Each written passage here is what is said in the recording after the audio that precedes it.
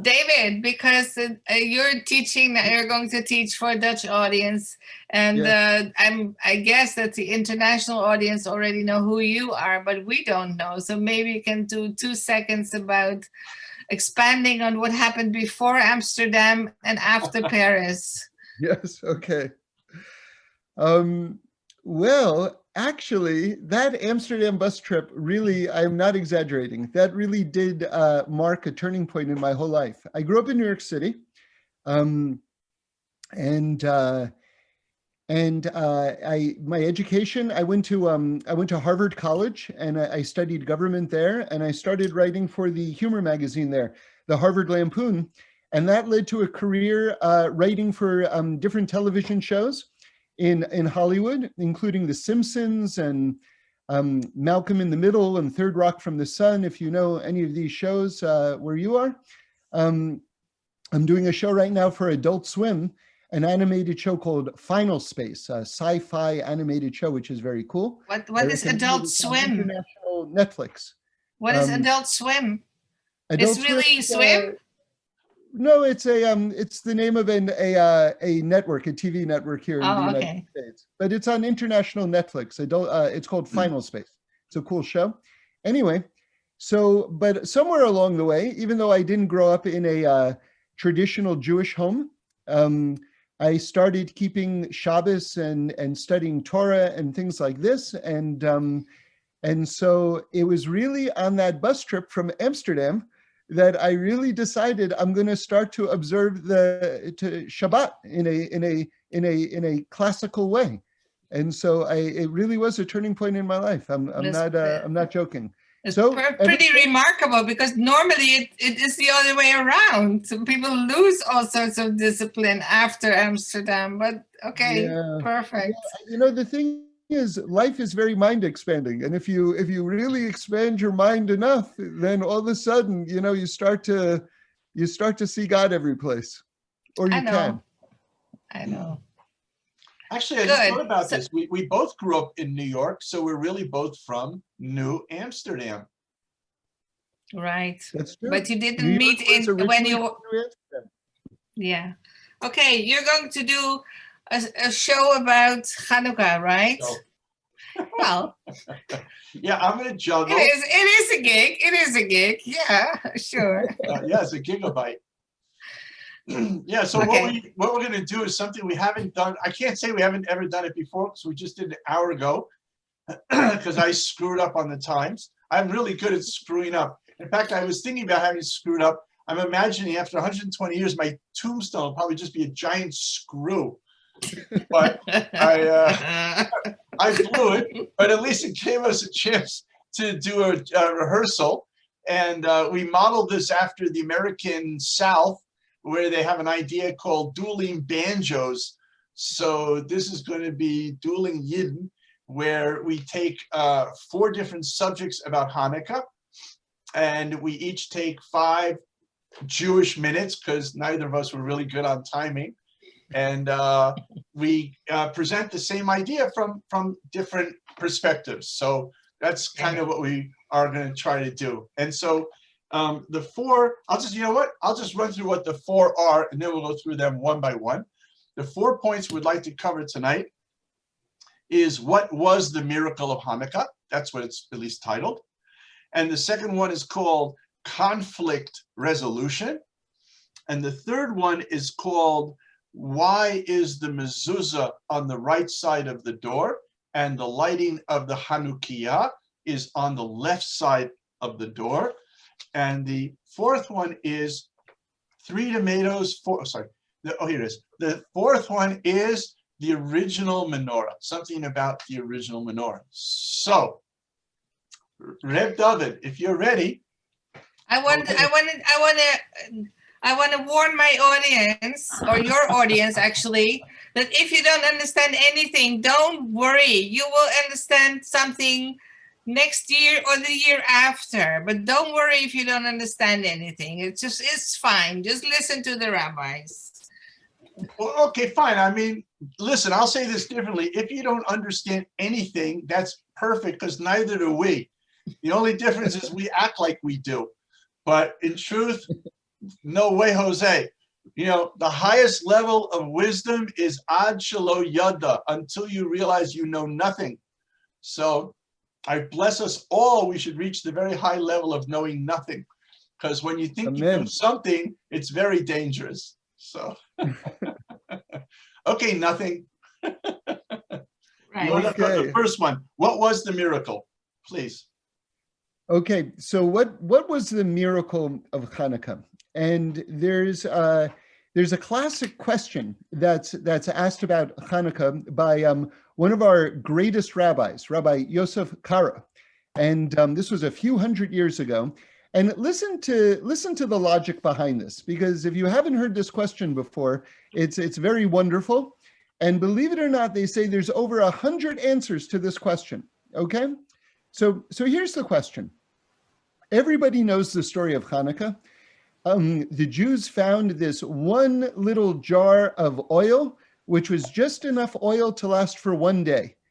And yet it lasted for 7 days beyond that one day. Now let's be a little bit critical right now. Let's think about this. If it could last for one day, and that's normal, then really the miracle lasted for 7 days, right? Because the first day's worth was according to nature.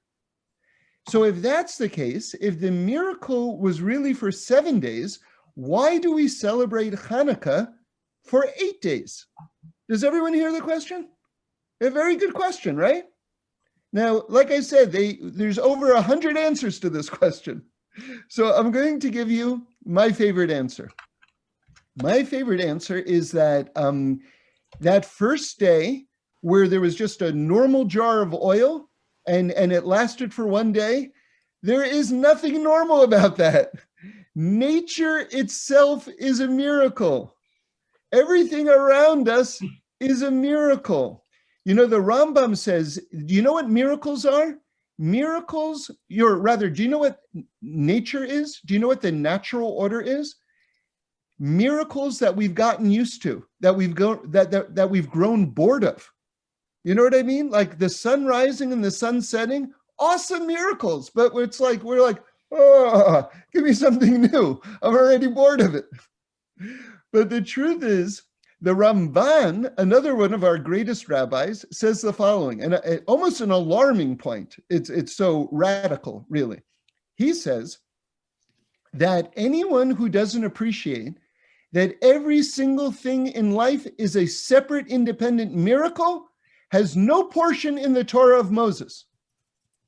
Can you imagine? In other words, the Jewish perspective on life and going through life is to really appreciate that absolutely everything around you is miraculous.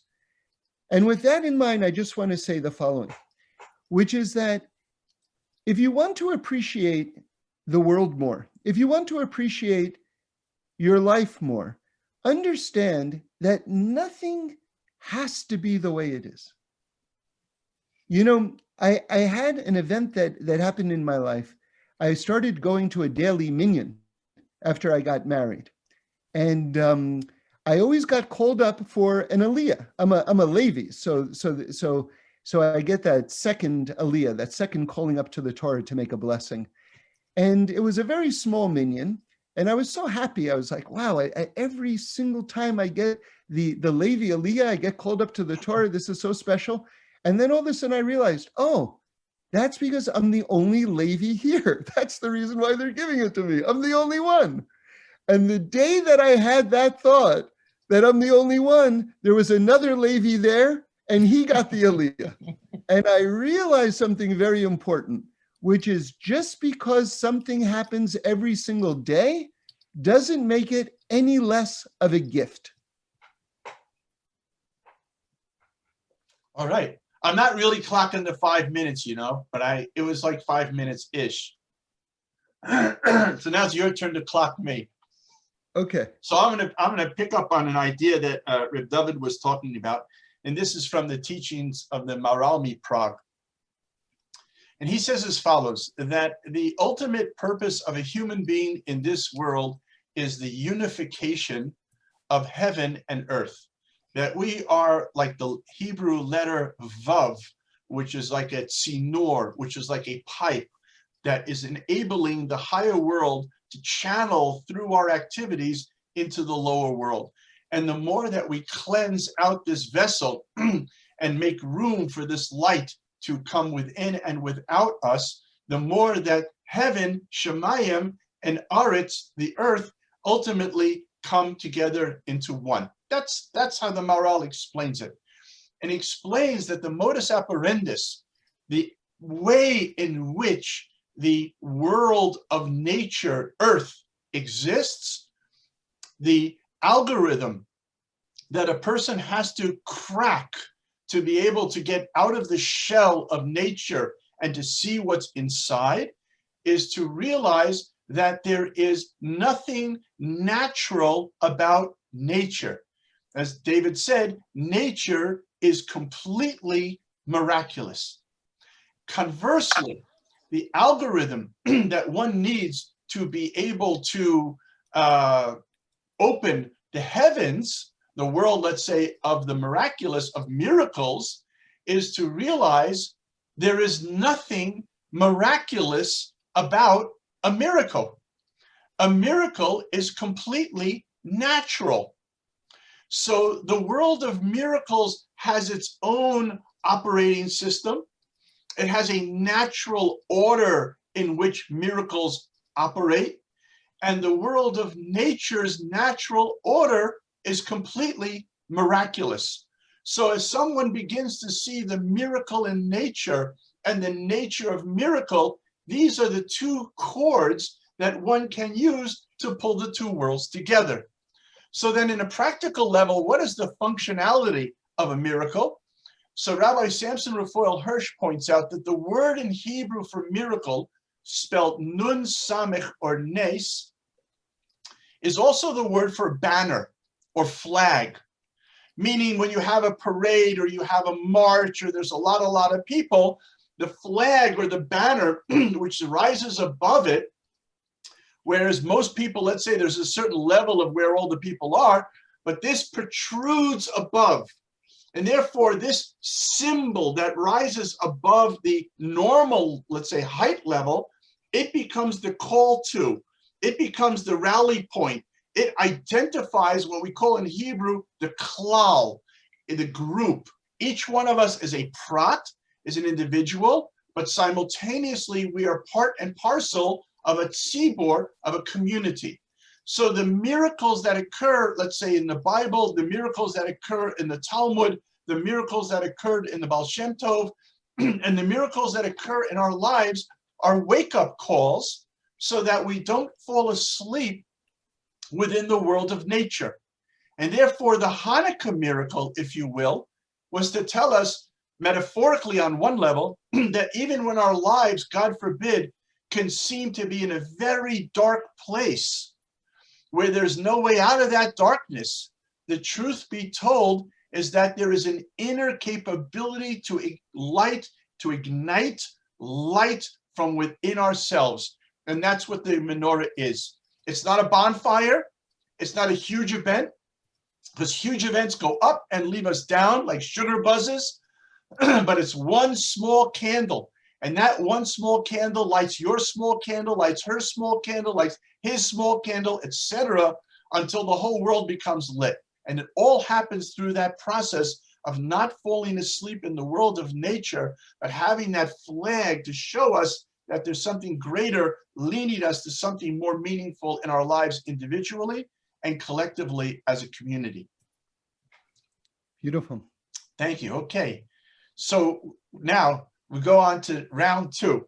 So this is conflict resolution. Over to you. So we have two different ways that the Talmud tells us that we can light the menorah. And one is from the school of Hillel, Beis Hillel, and the other is from the school of Shammai, Beis Shammai. And we are all familiar with the way of Beis Hillel, and that's how we all light, which is that we do one candle the first day, two candles the second day, and on until the last day of Chanukah, we all light 8 candles. And this is very intuitive. And the logic behind it is also intuitive, that you always want to increase in light. You always want more light and more light. By the way, something very, very beautiful.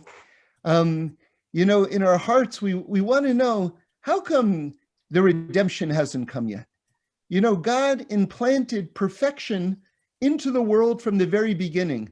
And it's the destiny of the world that the world will reach this level of perfection. This is what we call Mashiach. It's been programmed into the world. So that's the school of Hillel. That's what we're used to.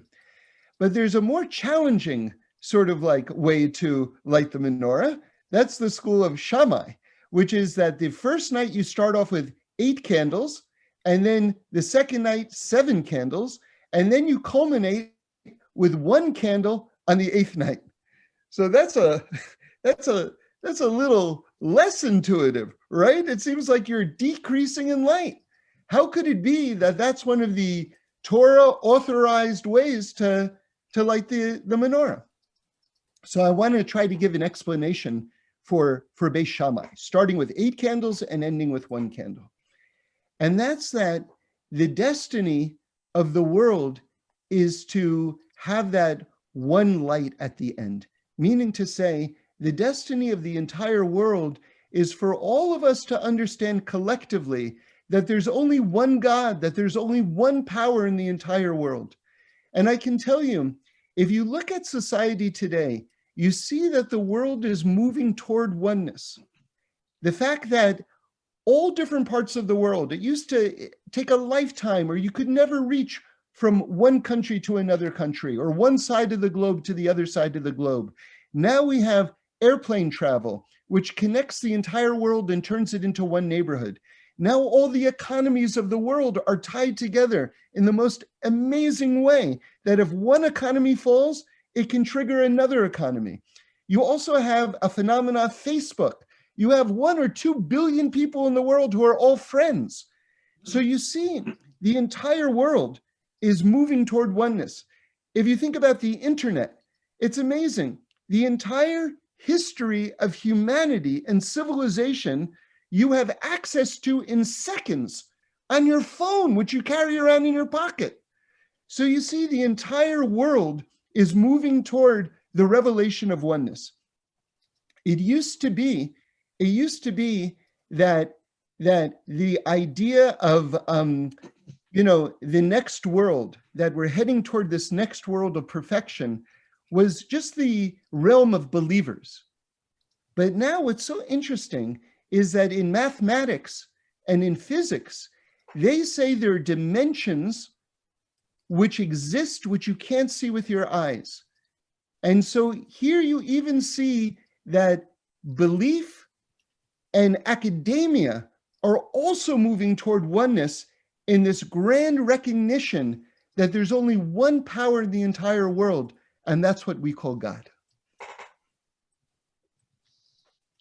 All right. I can definitely say this time that was not what I was going to say. That was great. Thank you very much. So I'm going to approach conflict resolution by first digressing. I know you probably have to start in order to digress, but I think I'll just digress before I start.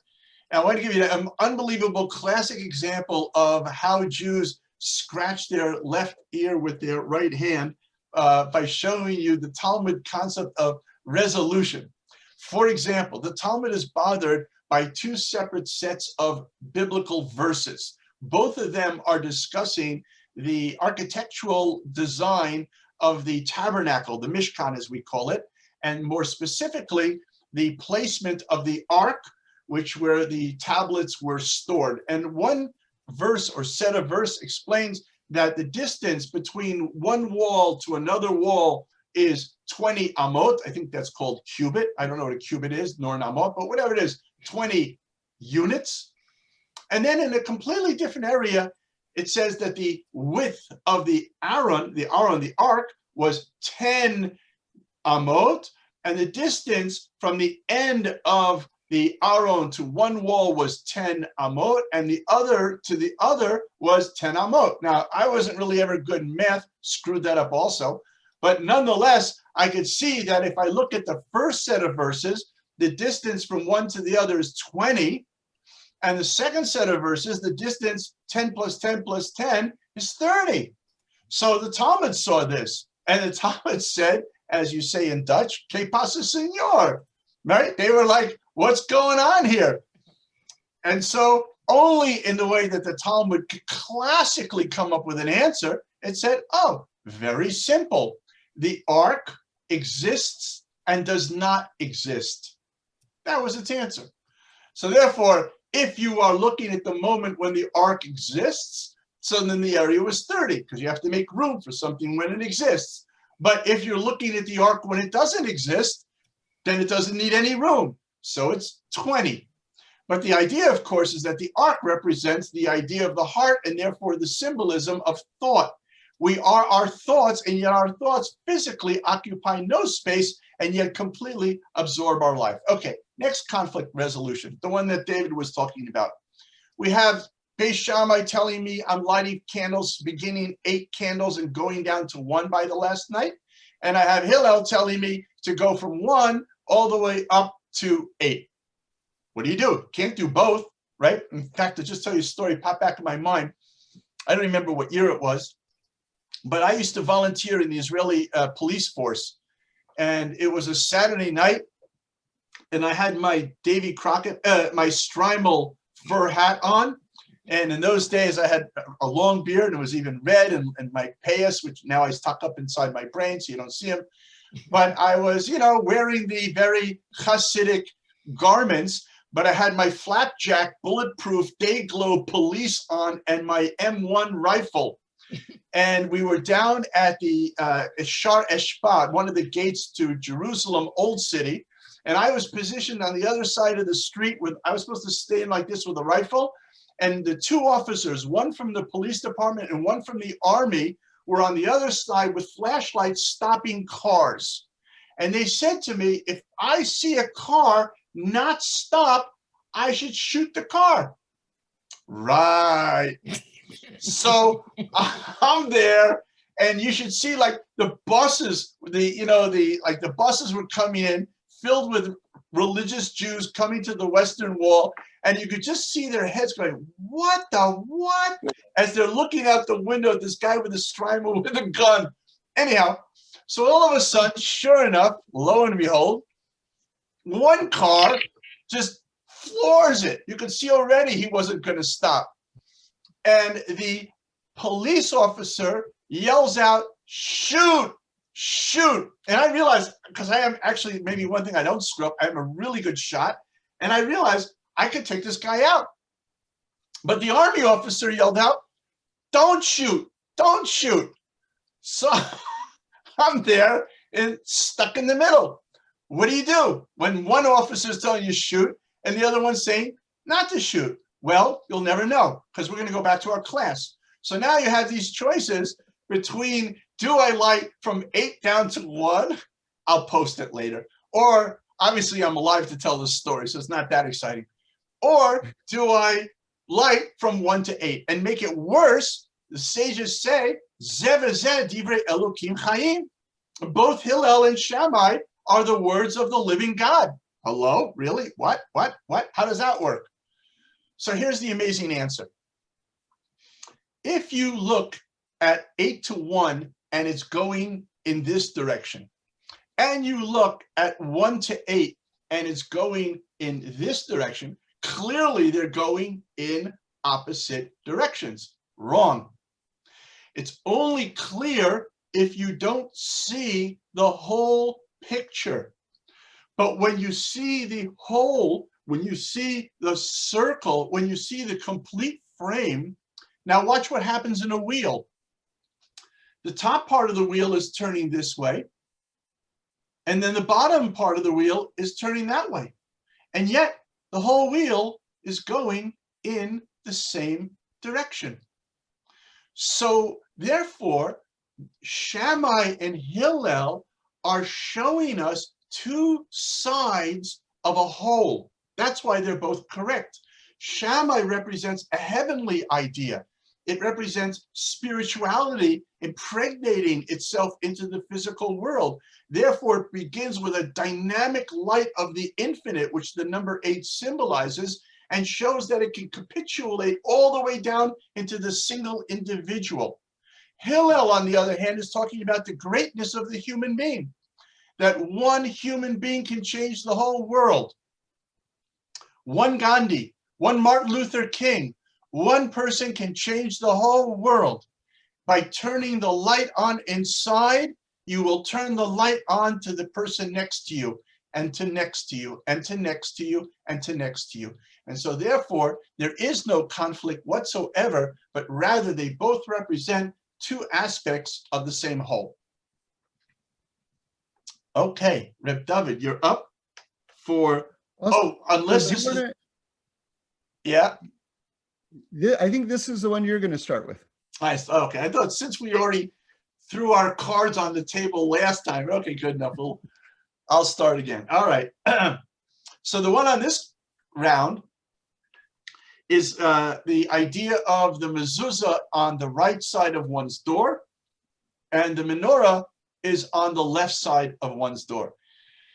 And since, David, you didn't use this last time, I will just touch on the simple meaning. You know, the way that a mezuzah is determined where to place on the door, it depends on how you enter, on going in, right? Because if you go into the house, then the right side is on one side. But when you come out of the house, your right side is now your left side. It's reverse. So therefore, our sages tell us that you determine the mezuzah by the way you enter the house. And then from there, every other mezuzah is placed on the appropriate doorposts as you are entering them, as if you have come from inside the house. On the other hand, our sages tell us that the menorah was placed on the left side, where there is not the mezuzah. And the simple meaning is because this way you are surrounded by commandments. You have on both sides of you, you have these two very holy commandments, one of the mezuzah and one of the menorah. But in the placing of the menorah, it's very interesting.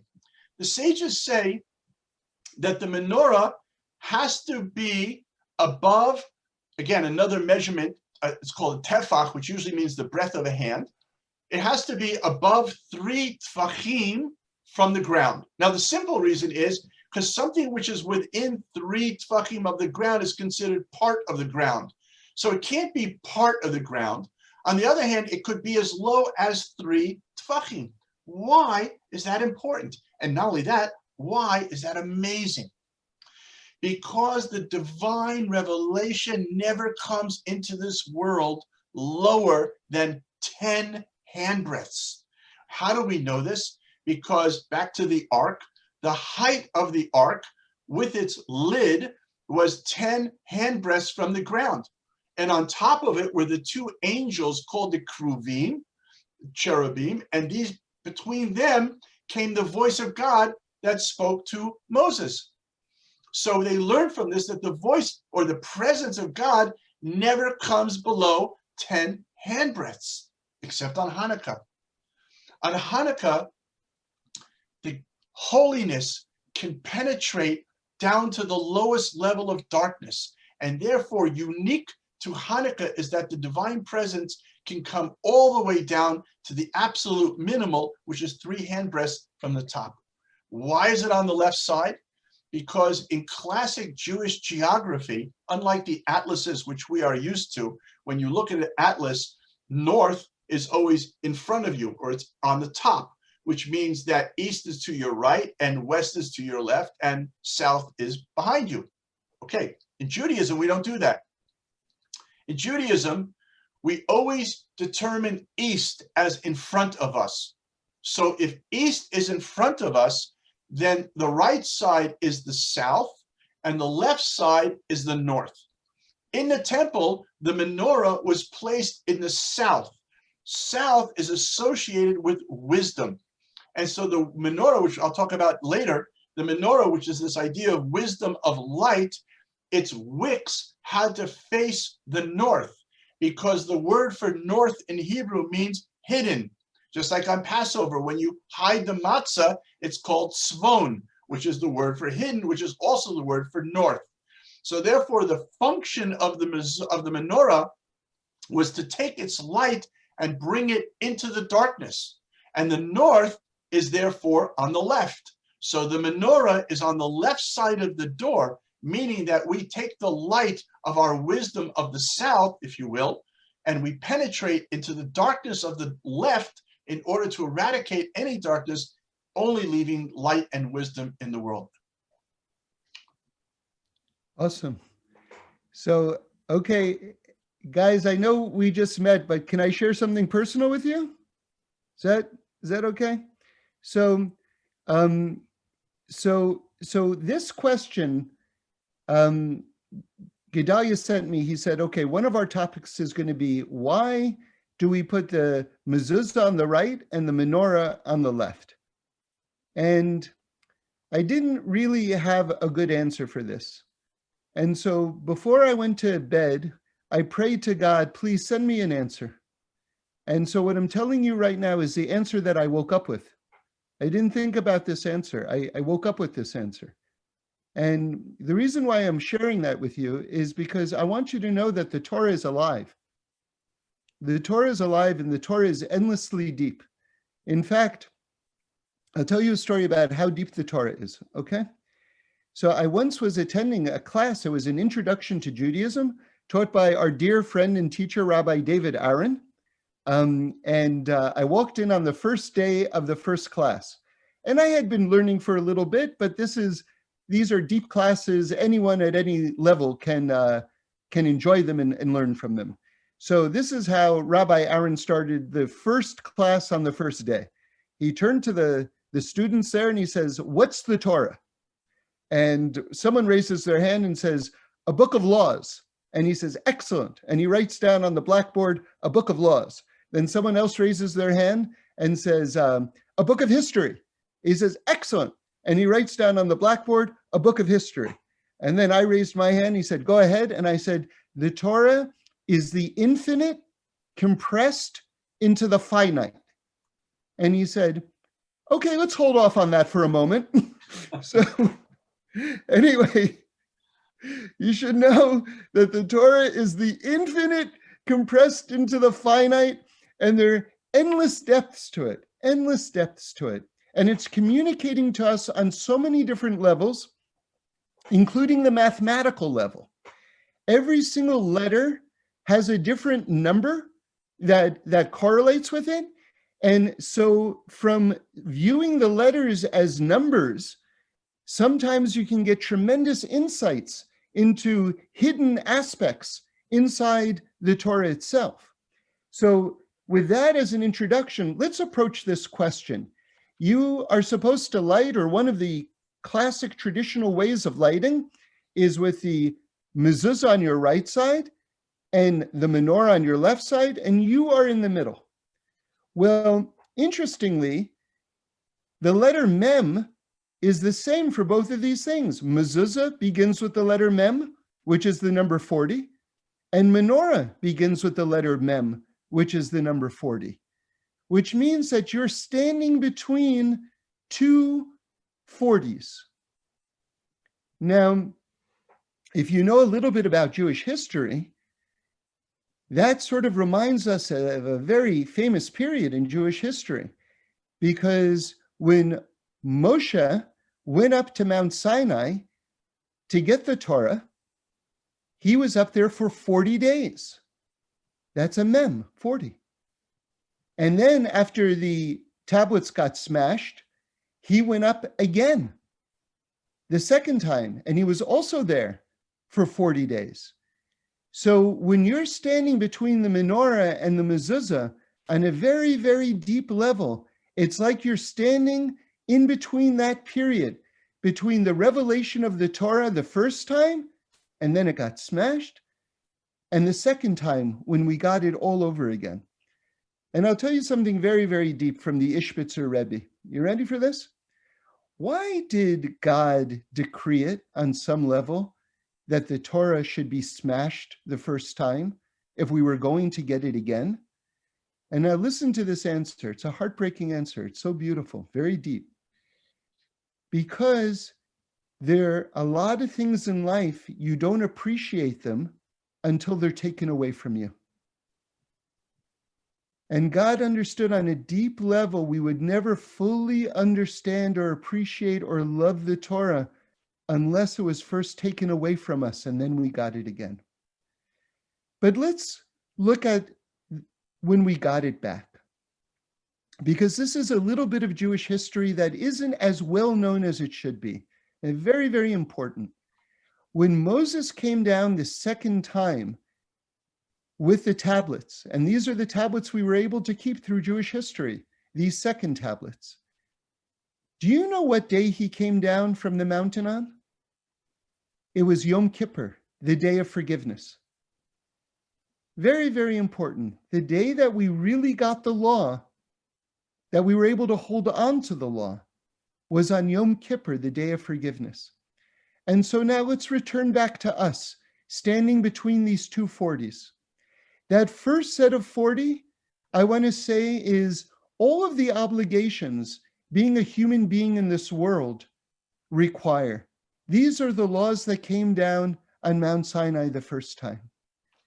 But you know something? The second set of 40 comes down on Yom Kippur, which is God telling us that he understands our humanity and he forgives us. And so every single person lives between obligation and certain standards that we have to strive for to be the best that we can possibly be, and a simultaneous understanding that God understands our humanity and forgives us and wants us to go on nonetheless. And I want to end with just one more point, and this was a beautiful thought that I loved it so much, I said it as part of my father's eulogy when he left the world. And I heard it originally from Rabbi Shimon Green, a great Rosh Yeshiva. And he asked a very existential, very deep question, which is the following: who are you? Well, you're not your body, because you leave your body behind at the end of our lives. And you're not your soul, because your soul is a piece of God. So if you're not your body and you're not your soul, then who are you? And you know what the answer is? An unbelievable answer. We are the sum total of the choices that we make, the decisions that we make. And that's what it means to live between the menorah and between the mezuzah. You know, you put a mezuzah on the house. On a very deep level, your body is like a house for your soul. And what is your soul? Your soul is like the menorah. The soul is a shining light. And so you live between your corporal essence, your physical being, and the light of your soul. And ultimately, all it comes down to with who is the I of I? Who is the me of me?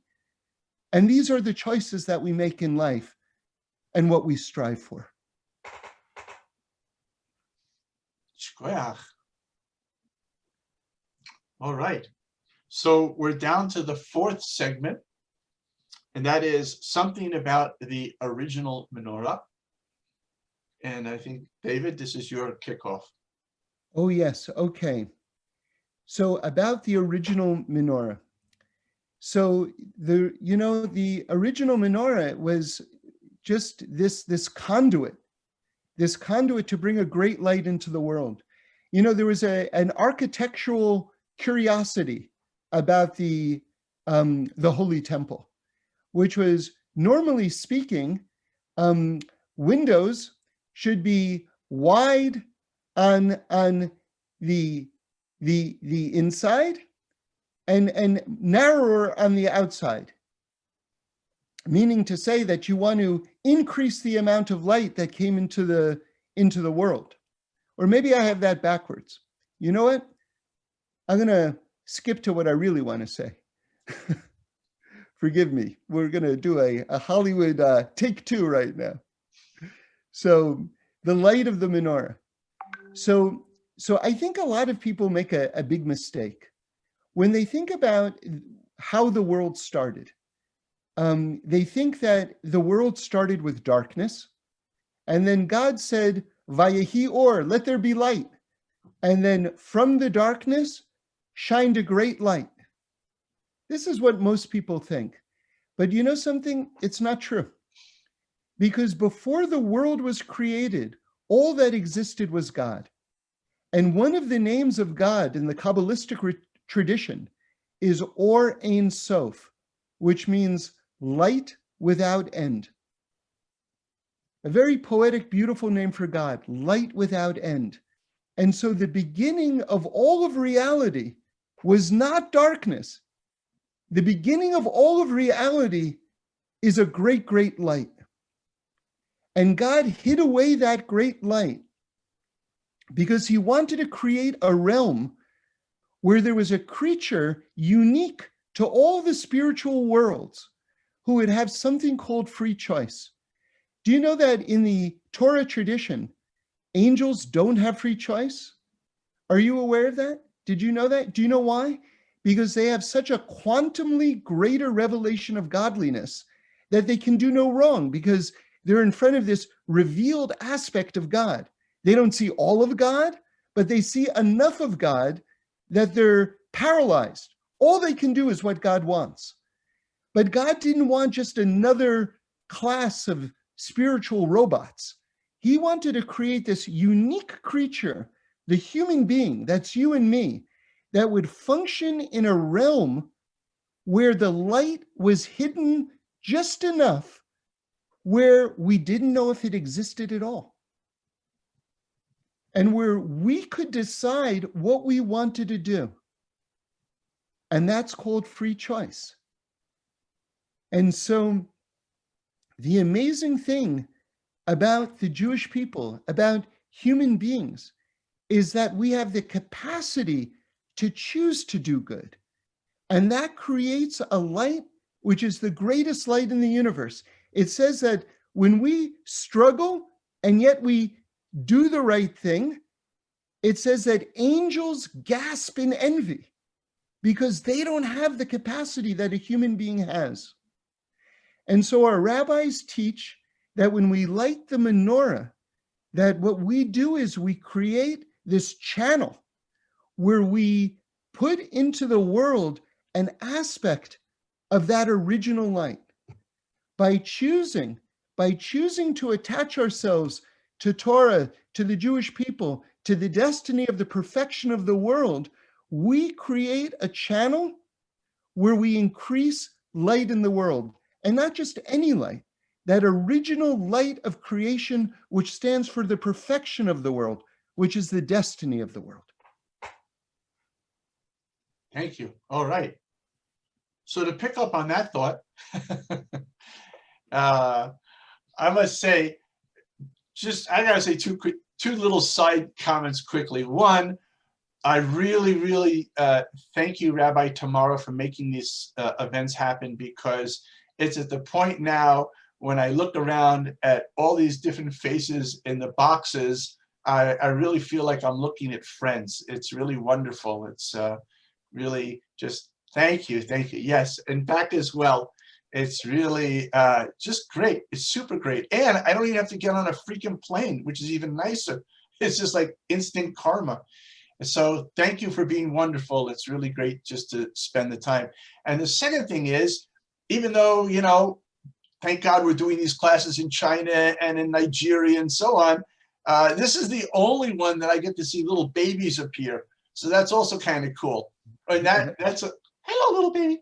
And that's what's going, hello, little baby. And that was just going to make me sort of segue into this section that we're talking about, is something about the menorah. The Gemara says that when the soul is discharged from heaven, parachuting down towards earth, it gets very scared. I can just tell you, the only way I can relate to this is a personal experience.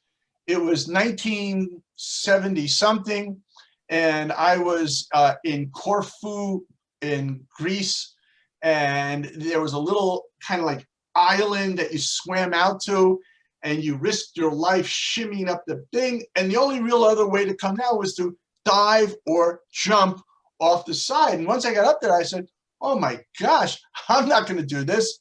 And so somebody said, okay, build a house because you'll be here forever. It's the only way you're ever going to get down. So at some point, I mustered the strength and I decided no way I was going to dive because then the pieces would break and they would never find all of my parts, you know, for the burial. So I decided I would go feet first and kind of toe down and hands up like this to be like, so there'd be no bam impact on the water. And as I'm flying down, something sent like in the brain, wait, we have no information for this because you've never fallen this far before. You're on your own now.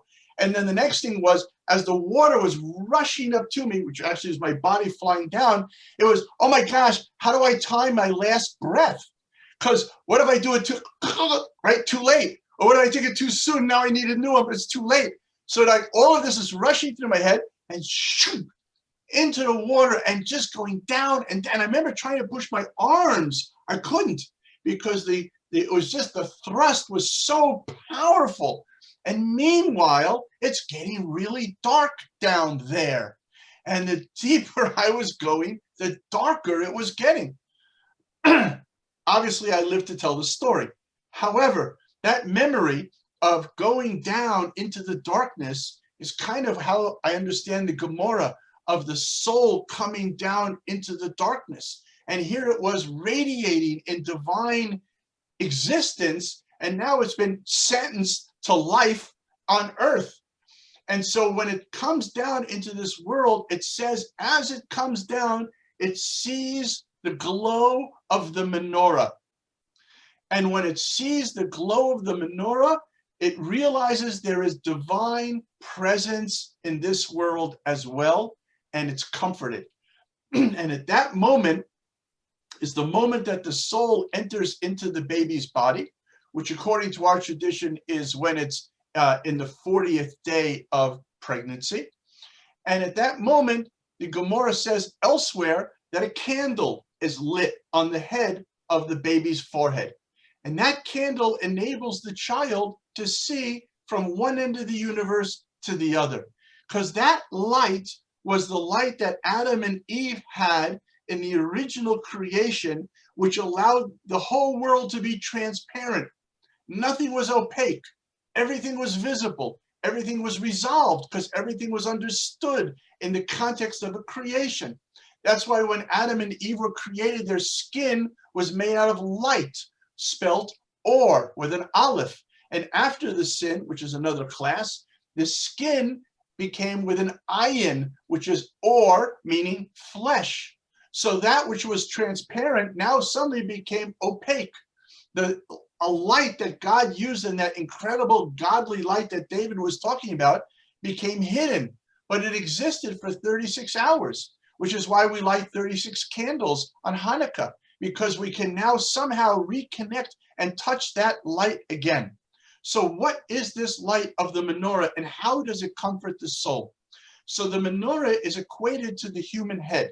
And the human head has 7 apertures, just like the menorah had 7 candelabras, 3 on each side and 1 in the middle. And the idea of 3 on each side is because these are 3 pairs of 2s, meaning when God created the world through the letter Bet of Bereshit, the letter Bet being the numerical value of 2, is because prior to that, there was only 1, the oneness of God. So God created other than 1, and that creates our free will between reality and illusion or between good and bad. So now in our world of duality, we have to find how opposites, instead of conflicting with each other, complement each other, because we have to see that there's 2 sides to every one element. How do we do that? That's the menorah. The way the menorah was built is that the wicks that sat on the 3 outer candelabras all pointed to the middle trunk. And therefore the middle trunk, it pointed, as we said before earlier, from the south to the north. How does this equate to our head? Because here we have also 3 pairs of 2s, 2 ears, 2 eyes, and 2 nostrils. The primary function of these parts of the head are input. So therefore, when somebody is doing their due diligence, somebody is doing understanding of a situation, you have to hear both sides. You know, as I mentioned before, this in Israel, we're about to go into our fourth election. My wife just told me we're about to also go into our third lockdown, but whatever. And so, you know, the nice thing about lockdown is when you discover your inner hermit. So I'm really at peace with the lockdowns. I'm okay with that. But the idea is that, you know, here there's left wing and there's right wing. Nonsense. A bird can't fly without two wings. Both sides are true, right? There's the joke like that. The rabbi doing marriage counseling, and he listens to the wife, and she's, yeah, rah, rah, and the rabbi says, yeah, you're right. And then he listens to the husband, rah, rah, rah, rah, yeah, you're right. And then the rabbi's wife comes and says, what kind of rabbi are you? How can you both be right? He says, yeah, you're right. So the idea is that both sides have truth. You have to hear the truth. You have to see the truth. You have to even smell the truth. In New York, we used to say you could smell a rat. That the idea of smell was something really refined. And in fact, even we see this because of the bandwidth between these three. The widest bandwidth, which is hearing, is associated with the Talmud. Tashma, come and hear. But when you move into higher wisdom, like into the Zohar, the language shifts to tachazi, come and see. And when it comes to the level of smell, you're dealing with Mashiach, Ruach HaPeinu, because smell is what the Mashiach's power will be. That's why the nose, unlike the eyes and the ears, which coordinate the inputs in the brain, the nostrils already unify the smell in the canal. But then there's the seventh hole, of which there's only one, which is the mouth. And it sits directly in the middle of the head, just like the middle of the menorah. And the mouth, just like on the menorah, which has the trunk that goes down, connects to the one heart. So the process is that the input takes in both sides, brings it to the sensitivity, to the human touch of the heart. And the heart then says, okay, this, given these circumstances, weighing these two scales, this is the truth of the matter for the here and now. And then the mouth as output brings echad b'peh, echad b'lev, one in the mouth and one in the heart. And that's why in Judaism, the highest compliment you can pay to somebody is to call them a toho koboro, somebody whose insides and outsides are one and the same. What you see is what you get, an honest human being, a transparent person who speaks words from their heart, because words of the heart will enter the heart. And so therefore, that's our challenge. We have this ability to come into a world of free will, a world of choice, a world of opposites, to increase our levels of wisdom and knowledge so that when we listen, we can really drill down to what's happening. The refined heart can be sensitive to the situation, and we can bring truth and wisdom into the world. We become the menorah, and that menorah light is comforts to the soul. And as each one of us becomes a living bastion of wisdom and of light, this inspires and impacts the ones that are around us as well. And that's the story of Hanukkah. Hanukkah was a time of terrible division. It was a time of terrible darkness. And yet, nonetheless, by candle, we were able to bring about a huge light in the world that to this day, people still light Chanukah based on the memories of that particular story. You know, I'll just end with this. I was in a particular area not far from where David lives, and I don't want to mention any names because I have a son of mine. We were once with this particular person who really liked dropping names. And one day my son, who was standing next to him, bent over to the floor and picked up something and said, "Excuse me, sir, I think you dropped this name." So I don't want to drop any names. Let's just say that it was a really well-known name in our generation and a really, really nice and wonderful person as well. And it was coming close to the holiday of Purim. And we were talking business. And I was about to leave. And because he really is a nice guy. And he's also Jewish, but maybe not that, connected. And no fault of his own, certainly. And so he says to me, "Yeah, wait, before you leave, I know that the holiday of Purim is coming up soon. Just tell me a little something." So I said, "Okay, I'll tell you something. Guess what? In a week and a half, it's going to be Purim.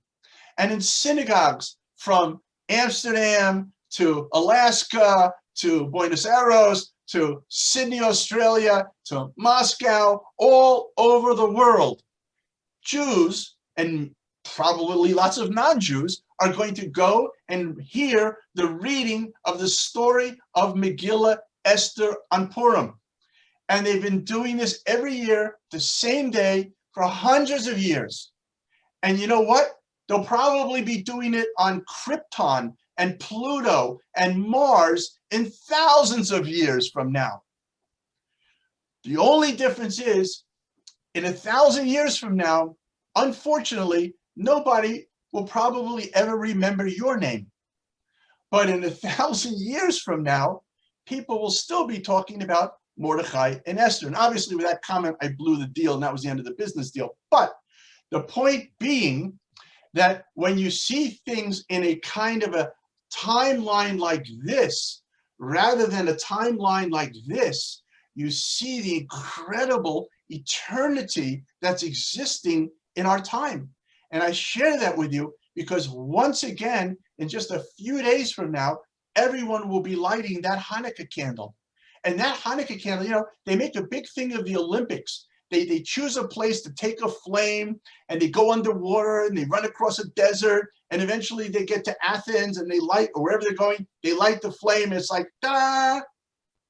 Well, think about Shabbat candles.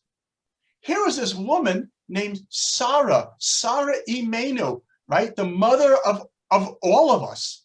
And even if you're a convert, she's your mother, because that's why we say Bat Sarah or Ben Abraham, because they were beyond physical, biological parents. They were spiritual parents that every human being can connect to. She lights a Shabbat candle. That Shabbat candle, like a baton, was given over, given over, given over. It went through the Inquisition. It went through the Crusades. It went into Auschwitz. And this little teeny candle was never put out. And it's still going to be lit this Friday night. And the Hanukkah candles were never put out. Little teeny candles. The slightest flame could put them out. And we're still lighting them because that's godly light. And when we touch that godly light, doesn't matter how big or small it is, as long as it comes from within us and it's real, that light will shine forever. And that's who we are. Each one of us, if we have the guts, and I know it's scary, so take a flashlight, we're to go inside of ourselves. You won't find monsters. If you do, ignore them, go deeper. If you really get down to really your core, you will find the image of God. How amazing is that? But you got to light the candle to be able to see it. So I bless all of us that this Hanukkah and this Shabbat is a time of lighting candles and bringing light, not just out into the world, but also into our souls, because we have to love ourselves. If you don't love yourself, you can't love somebody else. But if you do love yourself, you can love everybody else. So thank you all, wonderful, wonderful, wonderful people, two-dimensional people, for this great opportunity. David, thank you so much for sticking around for the late show. Thank you so much for allowing me this opportunity to meet you guys, and I loved it so much. And I just started I just joined Facebook. I think I'm the last person in the world to join Facebook, but I'm posting all sorts of interesting, fun, spiritual things. So if you're interested, the account is David Sachs Spiritual Tools. That's on behalf of everybody. I want to thank both of you for this wonderful evening session. I really enjoyed it massively, and I'm pretty sure that everybody of us also got really the light lit in us, our hearts and in our minds and wherever we are around us. So I hope we can do this more often. And I hope you have a wonderful Chanukah with a lot of sameach and a lot of community and health also. It's wonderful. Amen. Thank you so much. Thank you guys. Wonderful to meet you all. Lots of success, lots of blessing, lots of love. Thank you, Okay, holy people. thank you all. Bye. Bye.